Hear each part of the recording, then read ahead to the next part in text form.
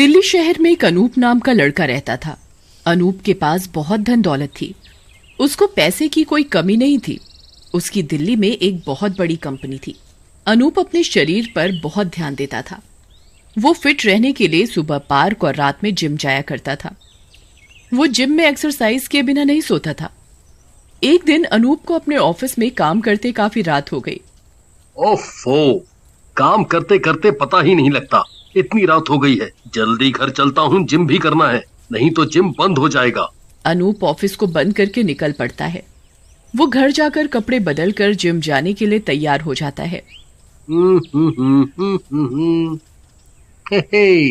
माँ, मैं जिम जा रहा हूँ, 1 घंटे तक घर आ जाऊंगा।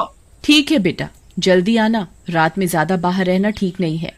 ठीक है माँ, मैं जल्दी ही आ जाऊंगा। अनूप जिम के लिए निकल जाता है। कुछ ही देर के बाद वो जिम पहुंच जाता है। ज्यादा रात होने के कारण जिम बिल्कुल खाली होता है। जिम में ट्रेनर है और एक सुंदर सी लड़की एक्सरसाइज कर रही है। अरे ये क्या, आज जिम में कोई नहीं है। लगता है ज्यादा रात होने के कारण सब लोग एक्सरसाइज करके चले गए हैं। अनूप अपना समय ज्यादा न खराब करते हुए एक्सरसाइज करना शुरू कर देता है। हाय, ये लड़की कितनी सुंदर है। मैंने तो आज तक इस लड़की को जिम में नहीं देखा। लगता है ये रात को ही आती है। कल से मैं भी इसी टाइम आया करूंगा। अनूप अगले दिन भी रात में जिम जाता है। उसे वहां फिर से वही लड़की अकेले एक्सरसाइज करती दिखाई देती है। अनूप ये देखकर खुश हो जाता है। आज तो इस लड़की से बात करके रहूंगा। अनूप अपना समय बर्बाद न करते हुए एक्सरसाइज करना शुरू कर देता है। अनूप उस लड़की के पास खड़े होकर अपनी एक्सरसाइज करना शुरू कर देता है। थोड़ी देर बाद एक्सरसाइज करते हुए, चलो अब इस लड़की से बात की जाए। हेलो, मेरा नाम अनूप है। हेलो, मेरा नाम शालिनी है। आप इतनी रात में जिम करने आते हैं? हाँ जी, मेरे को यही टाइम मिलता है ऑफिस के बाद एक्सरसाइज करने का। हाँ, मैं भी बहुत लेट हो जाता हूँ अपने ऑफिस में काम करते करते, इसीलिए मैं इसी समय आ पाता हूँ। ऐसे ही रोज अनूप और शालिनी रात के समय आते और अपनी एक्सरसाइज करते। रोज उनकी बातचीत होने के कारण उनमें काफी अच्छी दोस्ती हो गई थी। फिर एक दिन अनूप के ऑफिस में एक फंक्शन होता है। वो शालिनी को भी उधर आने के लिए निमंत्रण देता है।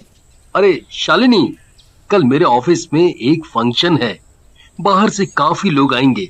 तुम भी मेरे ऑफिस में आओगी तो मुझे अच्छा लगेगा। हाँ अनूप, क्यों नहीं, मैं जरूर आऊंगी। अनूप शालिनी को अपने ऑफिस का एड्रेस बताता है और अगले दिन सुबह 10 बजे आने को कहता है। अगले दिन शालिनी अनूप के बताए गए समय के अनुसार ऑफिस पहुंच जाती है। शालिनी वहां जाकर देखती है कि अनूप का तो बहुत बड़ा ऑफिस है। उसके ऑफिस में बहुत सारे कर्मचारी हैं। साथ ही ऑफिस बिल्कुल एक आलीशान होटल की तरह तैयार किया हुआ है। तभी अनूप को शालिनी दिख जाती है। अरे शालिनी, तुम यहाँ आई, मुझे बहुत अच्छा लगा। अरे क्यों नहीं, मेरे जिम पार्टनर के ऑफिस में फंक्शन है, मेरा आना तो लाजमी है। ये सुनकर अनूप बहुत खुश हो जाता है। उस दिन शालिनी बहुत सुंदर लग रही होती है। उसने काले रंग की बहुत प्यारी सी ड्रेस पहनी होती है। अनूप शालिनी को देखकर बहुत आकर्षित होता है। ये लड़की मुझे इतनी सुंदर लग रही है आज कि मैं क्या बताऊं। मैं इसको थोड़े दिनों में बता दूंगा कि तुम मुझे बहुत अच्छी लगती हो और इसे अपनी गर्लफ्रेंड बनाने के लिए पूछूंगा। देखते ही देखते ऑफिस का फंक्शन खत्म हो जाता है। उसी दिन रात को अनूप और शालिनी फिर से जिम में मिलते हैं। शालिनी, आज तुम मेरे ऑफिस के फंक्शन में आई, मुझे बहुत अच्छा लगा। अरे अनूप, ऐसे मत बोलो, तुम मेरे दोस्त हो। अनूप और शालिनी फिर एक्सरसाइज करने लग जाते हैं। एक्सरसाइज करने के बाद, उफ, अब मैं बहुत थक गया हूँ, अब मुझे घर जाना चाहिए। अरे अनूप, मैं भी थक गई हूँ, मैं भी साथ ही अपने घर के लिए निकल जाती हूँ। अनूप और शालिनी अपने घर पहुँच जाते हैं। घर पहुँचकर अनूप शालिनी को फोन करता है। हेलो शालिनी। हेलो अनूप, हाँ बोलो, कोई जरूरी काम? नहीं, मुझे कोई जरूरी काम नहीं है। वो मैं सोच रहा था, मुझे कल शॉपिंग करने जाना है, क्या तुम मेरे साथ चलोगी? कल संडे भी है। हाँ, कल संडे है, मेरा भी अभी तक कोई प्लान नहीं है। मुझे भी कपड़े खरीदने हैं, मैं भी लगे हाथ अपने लिए कपड़े खरीद लूंगी। अगले दिन सुबह अनूप और शालिनी मॉल जाने के लिए तैयार हो जाते हैं। अनूप शालिनी को फोन लगाता है। हेलो शालिनी। हेलो अनूप, कैसे हो? मैं ठीक हूँ। क्या तुम तैयार हो जाने के लिए? हाँ, मैं तैयार हूँ। हाँ तो ठीक है, मैं आधे घंटे में तुम्हें तुम्हारे घर से पिक करूँगा। ठीक है। कुछ देर बाद अनूप शालिनी के घर के बाहर पहुंच जाता है। रास्ते में मॉल जाते हुए अनूप की गाड़ी में अजीबोगरीब वाकया होने लग जाता है। अरे ये मेरी गाड़ी का वाइपर खुद ब खुद कैसे चलने लग गया? शालिनी उसकी बात का कोई जवाब नहीं देती। तभी तुरंत अनूप की गाड़ी में जोर जोर से म्यूजिक चल जाता है। अरे ये क्या हो रहा है मेरी गाड़ी में? पहले तो ऐसा कभी नहीं हुआ। शालिनी ये देख बहुत जोर जोर से हंसने लगती है। ये देख अनूप बहुत हैरान हो जाता है। शालिनी की आवाज भी बिल्कुल बदली हुई डरावनी सी होती है। अनूप ये देखकर बहुत अचंभित हो जाता है। तभी अचानक अनूप की गाड़ी रुक जाती है। अरे ये गाड़ी कैसे रुक गई? शालिनी की आंखें एकदम लाल होती हैं। मुझे क्या पता, देखो क्या हुआ है तुम्हारी गाड़ी में। अनूप शालिनी की लाल आंखें देखकर बहुत परेशान हो जाता है कि आखिर शालिनी ऐसा अजीब बर्ताव क्यों कर रही है। ऐसे तो वो कभी नहीं करती। थोड़ी देर बाद अनूप की गाड़ी बिल्कुल ठीक हो जाती है और अनूप आगे मॉल की तरफ बढ़ता है। कुछ ही देर में अनूप और शालिनी मॉल पहुंच जाते हैं। चलो अब थोड़ी शॉपिंग कर ली जाए। वैसे ही आज हम बड़ी मुश्किल से यहाँ तक पहुँचे हैं। हाँ क्यों नहीं। अनूप और शालिनी अपने अपने कपड़े खरीदने लगते हैं। कुछ ही देर बाद अनूप अपने कपड़े खरीद लेता है। अरे शालिनी, मैंने तो अपनी शॉपिंग कर ली, तुम्हें कितनी देर लगेगी? बस 5 मिनट। मैं बस ये एक कपड़ा पहन कर देख लूं। ये पसंद आया तो फिर इसे खरीद कर घर चलते हैं। देखते ही देखते अनूप शालिनी का इंतजार करता है। तभी शालिनी कपड़े पहनकर बाहर खुद को शीशे में देखने आती है। जैसे ही शालिनी खुद को शीशे में देखती है, उसका शरीर शीशे में बहुत डरावना और भूतिया दिखता है। ये अनूप देख लेता है और बहुत डर जाता है। ऐसा कैसे हो सकता है? किसी का शरीर बाहर से कुछ और शीशे में डरावना दिखे? मुझे कुछ समझ नहीं आ रहा। अनूप को इतना परेशान देखकर शालिनी समझ जाती है कि अनूप को उसके बारे में पता लग गया है। शालिनी भी अपने लिए कपड़े खरीदती है, अनूप सारी बात को इग्नोर करते हुए। चलो शालिनी, आप कुछ खा लिया जाए, मुझे बहुत जोरों की भूख लग रही है। हाँ मुझे भी भूख लग गई है, चलो कुछ खा लिया जाए। अनूप और शालिनी खाने के लिए रेस्टोरेंट में जाते हैं और वो खाना ऑर्डर करते हैं। कुछ ही देर में रेस्टोरेंट में वेटर खाना लेकर आता है। चलो शालिनी, अब खाना आ गया है, अब खाना खा लिया जाए। अनूप शालिनी को बोल ही रहा होता है, इतने में शालिनी खाने पर एक भूखी बिल्ली की तरह झपट पड़ती है और वो खाने को जानवरों के तरीके से खा रही होती है। ये देख अनूप बहुत परेशान हो जाता है कि आखिर शालिनी ऐसा बर्ताव क्यों कर रही है। क्या वो ये सब मजाक में कर रही है? अनूप और शालिनी रेस्टोरेंट में खाना खाते हैं और फिर अनूप शालिनी को उसके घर ड्रॉप कर देता है। अगले दिन अनूप सुबह पार्क में दौड़ लगाने जाता है तो उसे वहाँ शालिनी मिलती है। अरे शालिनी, तुम यहाँ सुबह पार्क में? हाँ, आज मैं सुबह जल्दी उठ गई थी तो सोचा पार्क ही चली जाऊं। ये तो अच्छी बात है, सुबह सुबह कसरत करने का अलग ही मजा है।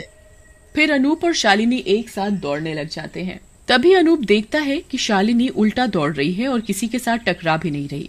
ये देख अनूप सोच में पड़ जाता है। अरे ऐसी कैसे शालिनी दौड़ सकती है? मुझे तो कुछ समझ ही नहीं आ रहा। उल्टा दौड़ना, जानवरों की तरह खाना खाना और शीशे में अलग ही इंसान दिखना। लगता है दाल में कुछ काला है। एक तरफ अनूप को शालिनी की अजीबोगरीब हरकतें दिख रही थी, दूसरी तरफ अनूप शालिनी की सुंदरता देख देख कर पागल हुए जा रहा था। चलो शालिनी, आज सुबह बहुत कसरत कर ली, अब मुझे घर जाकर तैयार होना है, नहीं तो मैं ऑफिस के लिए लेट हो जाऊंगा। ठीक है, बाय, शाम को जिम में मिलते हैं। बाय। अनूप और शालिनी अपने अपने घर की तरफ चल देते हैं। रास्ते में अनूप सोचता है, क्यों ना आज मैं शालिनी को सच सच बता दूं कि मैं उसे बहुत पसंद करता हूँ। अनूप बहुत सोचता है और तय करता है कि आज वो शालिनी को रात में जिम में बता देगा। शाम को अनूप और शालिनी जिम में मिलते हैं। तभी वहाँ का ट्रेनर आता है। भैया, आज मुझे थोड़ा जल्दी जाना पड़ रहा है, ऐसा करो आप एक्सरसाइज कर लो, मैं सुबह आपके घर से जिम की चाबी ले लूंगा, ठीक है? अरे आज तो मेरी लॉटरी लग गई। आज मैं शालिनी को अपने मन की सारी बात बता दूंगा और आज तो ट्रेनर भी नहीं है। ट्रेनर के जाने के साथ ही जिम का दरवाजा खुद ब खुद बंद हो जाता है। अनूप शालिनी के पास जाता है। शालिनी, मुझे तुमसे कुछ जरूरी बात करनी है। हाँ अनूप बोलो। तभी जिम में म्यूजिक जोर जोर से बजने लगता है। वो ना, मैं तुम्हें बहुत चाहता हूँ। शालिनी तभी अपने असली अवतार में आ जाती है। मुझे पता था तुम मुझे चाहते हो। फंस गया तू मेरे जाल में, मैं तुझे नहीं छोड़ूंगी, मैं तुझे जिंदा मार डालूंगी। शालिनी का चुड़ैल वाला अवतार देख अनूप बहुत डर जाता है और गेट की तरफ भागता है। भाग, कहाँ तक भागेगा, आज तेरा अंतिम दिन है। अनूप गेट पर पहुंचता है तो देखता है कि जिम का गेट खुद ब खुद बंद हो गया। तभी जिम की लाइट भी चली जाती है। मुझे माफ करो, मुझे छोड़ दो। ऐसे कैसे छोड़ दूं तुझे? शालिनी अनूप के पीछे उसका गला दबाने आ ही रही होती है। इतने में अनूप को याद आता है कि उसके गुरुजी ने उसे काली माता का लॉकेट दिया था और बोला था जब भी कोई परेशानी हो इसे पहन लेना। अनूप वो लॉकेट लेने अपने जिम बैग की तरफ भागता है और लॉकेट निकाल कर उसे पहन लेता है। अरे ये क्या कर लिया तूने? उतार इसे, अभी उतार इसे। अनूप शालिनी की एक नहीं सुनता और जिम के गेट की तरफ भागता है। वो उधर जाता है तो गेट खुद ब खुद खुल गया होता है। अनूप 1 मिनट भी खराब ना करते हुए अपने घर चला जाता है। धैर्य की माँ सीमा उसको जन्म देते ही चल बसी थी। धैर्य अब 4 साल का हो चुका था। वो माँ के बिना अपने आप को अकेला महसूस करने लगा, इसलिए सौरभ को दूसरी शादी करनी पड़ी। धैर्य बेटा, ये तुम्हारी माँ है, आओ अपनी माँ से नहीं मिलोगे? आओ मेरे पास आओ बेटा, मैं तुम्हें बहुत प्यार करूंगी। धैर्य अपनी माँ के साथ बहुत घुल मिल कर रहने लगा। ऐसे ही कई दिन बीत गए। एक दिन विशाखा ने एक नन्ही सी बेटी को जन्म दिया। धैर्य बेटा इधर आओ, ये तुम्हारी छोटी बहन है। जब ये बड़ी हो जाएगी तो तुम्हारे साथ खूब खेलेगी और तुम्हें भैया कहकर बुलाएगी। मेरी छोटी बहन कितनी अच्छी है ना पिताजी? हाँ बेटा। अभी तक सब सही चल रहा था। एक दिन विशाखा की माँ कमला उससे मिलने उसके घर आई। देख रही हूँ मैं, तू अपनी बेटी को छोड़ उस सौतेले लड़के से ज्यादा प्यार करती है। तुझे जरा भी अंदाजा है क्या, ये जो इतनी बड़ी जमीन जायदाद है वो सब तेरी बेटी को नहीं, इस सौतेले को मिलेगी। माँ ये आप कैसी बातें कर रही हैं? पहली बात तो वो मेरा सौतेला बेटा नहीं, अपना बेटा है। और रही जायदाद की बात, वो किसी को भी मिले, है तो दोनों बच्चे मेरे ही। कितना समझाया पर इस लड़की को समझ में कुछ नहीं आता। अब जो करना है मुझे ही करना है। विशाखा बेटी, अब मैं इतनी दूर से आई हूँ तो सोच रही हूँ कि कुछ दिन रह कर ही जाऊँ। ये तो बहुत ही अच्छी बात है, मुझे भी तुम्हारे साथ रहने को मिल जाएगा। तभी वहाँ धैर्य भी आ जाता है। धैर्य बेटा, ये तुम्हारी नानी है, चलो नानी को नमस्ते करो। धैर्य नानी को नमस्ते करके अपनी बहन के साथ खेलने लगता है। विशाखा भी किचन में काम करने चली जाती है। यही अच्छा मौका है इसे सबक सिखाने का। इस लड़के को मैं कभी भी ये संपत्ति तो लेने नहीं दूंगी। ये सब मेरी बेटी का है और उसके बच्चे का। हाँ। कमला विशाखा की बेटी मान्या को चुपचाप चूटी भर लेती है तो वो जोर जोर से रोने लगती है। हाय रे, ये देखो क्या कर दिया इस छोटी सी बच्ची का, बेचारी के लाल पड़ गया। क्या हुआ माँ? मान्या इतना रो क्यों रही है? और इसे आखिर हुआ क्या? किस चीज के बारे में आप बोल रही हो? यही कि इस धैर्य ने मान्या को चूटी भरी। अरे ऐसा भी कोई खेल होता है क्या भला? इस लड़के को जरा अपनी बच्ची से दूर रख, मैं बताए दे रही हूँ तुझे। माँ मैंने कुछ नहीं किया। धैर्य, वो छोटी बच्ची है, उसके साथ इस तरह नहीं खेलते। जाओ यहाँ से, अब इससे दूर रहना। धैर्य रोता हुआ वहाँ से चला जाता है। अगले दिन कमला चुपचाप मान्या को धैर्य की गोद में लिटा देती है और जोर जोर से चिल्लाने लगती है। विशाखा, विशाखा ये देख यहाँ, जल्दी आओ। विशाखा दौड़ती हुई वहाँ आती है। क्या हुआ माँ, मुझे क्यों बुलाया? ये देखो तेरे इस बेटे ने क्या हरकत की, मान्या को गोद में उठाकर घूम रहा है। वो तो भगवान का शुक्र है जो मैंने देख लिया और वक्त पर आकर उसे पकड़ लिया, नहीं तो पता नहीं क्या होता। अभी ये खुद को तो संभाल नहीं सकता, इसे क्या संभालेगा। विशाखा को बहुत गुस्सा आता है और वो गुस्से में धैर्य को एक थप्पड़ मार देती है। फिर क्या था, कमला झूठ बोलकर रोज धैर्य को विशाखा के हाथों मरवाती। अब विशाखा धैर्य को जरा भी पसंद नहीं करती थी। विशाखा को तो मैंने उस लड़के से दूर कर दिया, अब बारी है दामाद जी की। अब मुझे दामाद जी को भी उस धैर्य से दूर करना होगा, इतना दूर कि वो इसकी सूरत देखना भी पसंद ना करे और उसे इस घर से कहीं दूर फेंकाए। अगले दिन जब सौरभ ऑफिस के लिए निकलने ही वाला होता है, तभी कमला जानबूझकर फर्श पर पानी गिराकर उस पर गिरने का नाटक करती है और नाम लगा देती है धैर्य पर। हाय रे, मर गई। अरे सासू माँ, ये सब क्या है, कैसे गिरी आप? दामाद जी, ये सब तुम्हारे इस बेटे का किया धरा है। इसने यहाँ जानबूझकर पानी डाला ताकि मैं यहाँ गिर जाऊं। बहुत शैतान है तुम्हारा ये बेटा। सौरभ धैर्य को खूब डांटता है। धैर्य रोता हुआ वहाँ से सीधा अपने कमरे में चला जाता है। धैर्य रो ही रहा होता है कि तभी उसके पीछे एक चुड़ैल आकर खड़ी हो जाती है। चुड़ैल धैर्य के सिर पर प्यार से हाथ फेरती है और बोलती है, बस इतने से ही घबरा गए? अभी तो तुम्हें पता नहीं किन किन और मुसीबतों को झेलना है बेटे। धैर्य चुड़ैल को देखकर बहुत डरने लगता है।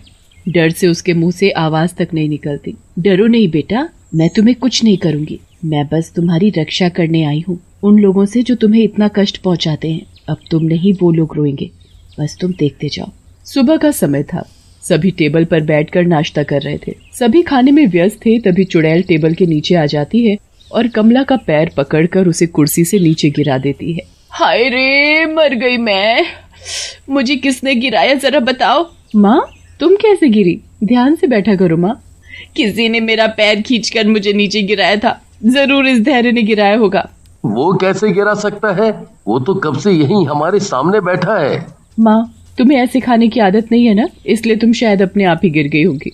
नाश्ता करने के बाद सभी अपने अपने काम में लगे। धैर्य छत पर अकेला खेल रहा था। कमला चुपके से उसे देख रही थी।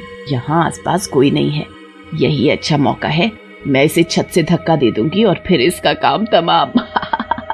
कमला चुपचाप धैर्य को छत से धक्का दे देती है, पर नीचे खड़ी चुड़ैल उसे अपनी गोद में पकड़ लेती है। धैर्य चुड़ैल से लिपट जाता है। मेरे बेटे को इसने धक्का देकर ठीक नहीं किया, अब इसे इसका अंजाम भुगतना पड़ेगा। कमला चुपचाप सीढ़ी से उतर ही रही होती है कि चुड़ैल उसे पीछे से धक्का दे देती है। सीढ़ी से लुढ़कती हुई कमला सीधा नीचे जाकर गिरती है और जोर जोर से रोने लगती है। नानी, क्या हुआ आपको? आप रो क्यों रही हो? मैं अभी माँ को बुला कर लाता हूँ। मैंने इसे इतने ऊपर से धक्का दिया था, पर ये तो बिल्कुल ठीक ठाक है। इसके तो जरा सी खरोच भी नहीं आई। विशाखा माँ को सहारा देते हुए उन्हें कमरे तक ले जाती है। कमला को बहुत दर्द था, वो हिल भी नहीं सकती थी, इसलिए बिस्तर पर ही लेटी रहती थी। रात का वक्त था, सभी सोए हुए थे, पर धैर्य अपने कमरे में जाग रहा था। क्या हुआ धैर्य बेटा, क्या तुम्हें नींद नहीं आ रही? तुम तो चुड़ैल हो, तो मैं तुम्हें क्यों बताऊं कि मुझे क्या हुआ है? रहने दो, मत बताओ, पर मुझे पता है कि तुम इस वक्त अपनी माँ के बारे में ही सोच रहे हो। मैंने सही बोला ना? नहीं माँ, अब मुझे प्यार नहीं करती। वो बस मेरी छोटी बहन से ही प्यार करती है, इसीलिए मैं उनके बारे में नहीं, अपनी असली माँ के बारे में सोच रहा था। पर तुम्हें कैसे पता चला कि मैं अपनी माँ के बारे में सोच रहा हूँ? क्योंकि एक माँ ही अपने बच्चों की मन की बातें जान सकती है। तभी चुड़ैल धैर्य को अपना रूप बदल कर दिखाती है।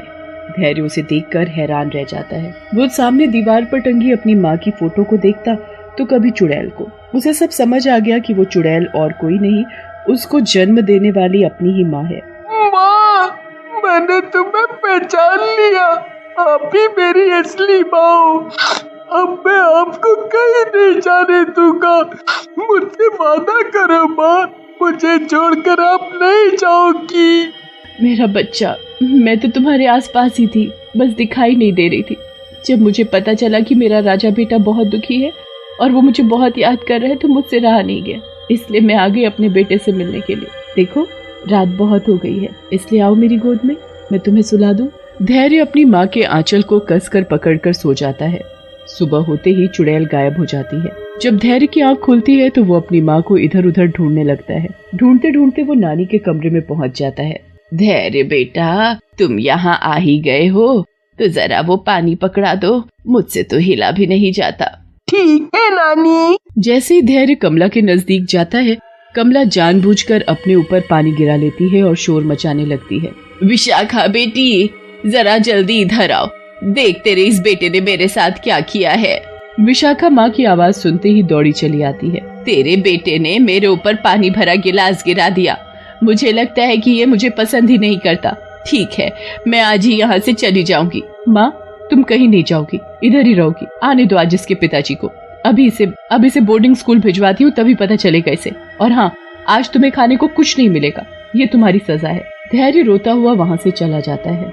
शाम का वक्त था, सभी एक साथ खाना खा रहे थे।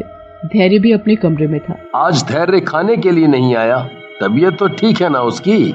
कमला के साथ आज जो हुआ वो सब विशाखा सौरभ को बताती है। कमला मजे से मुस्कुराती हुई खाने में लगी थी। तभी वहाँ चुड़ैल आ जाती है और कमला के खाने की प्लेट उठाकर उसके मुंह पर मारती है। तेरी हिम्मत कैसे हुई मेरे बेटे को झूठा बताने की? आज मैं तुझे नहीं छोड़ूंगी, तुझे मार दूंगी। चुड़ैल कमला का गला पकड़ लेती है। तभी वहाँ धैर्य भी आ जाता है। ये चुड़ैल कहाँ से आई और ये क्या बोल रही है? मेरी माँ को छोड़ दो, नहीं तो वो मर जाएगी। माँ, नानी को छोड़ दो, उन्हें मत मारो। धैर्य को चुड़ैल को माँ बोलता देख सब हैरान थे। इसने झूठ बोल बोल कर माँ बेटे को अलग किया। बता बुढ़िया सब। ये चुड़ैल सच बोल रही है। मैंने ये सब जायदाद के लिए तुम सब धैर्य से नफरत करके उसे अपने से दूर कर देते और ये सब जमीन जायदाद मेरी बेटी और उसकी बेटी को मिलती।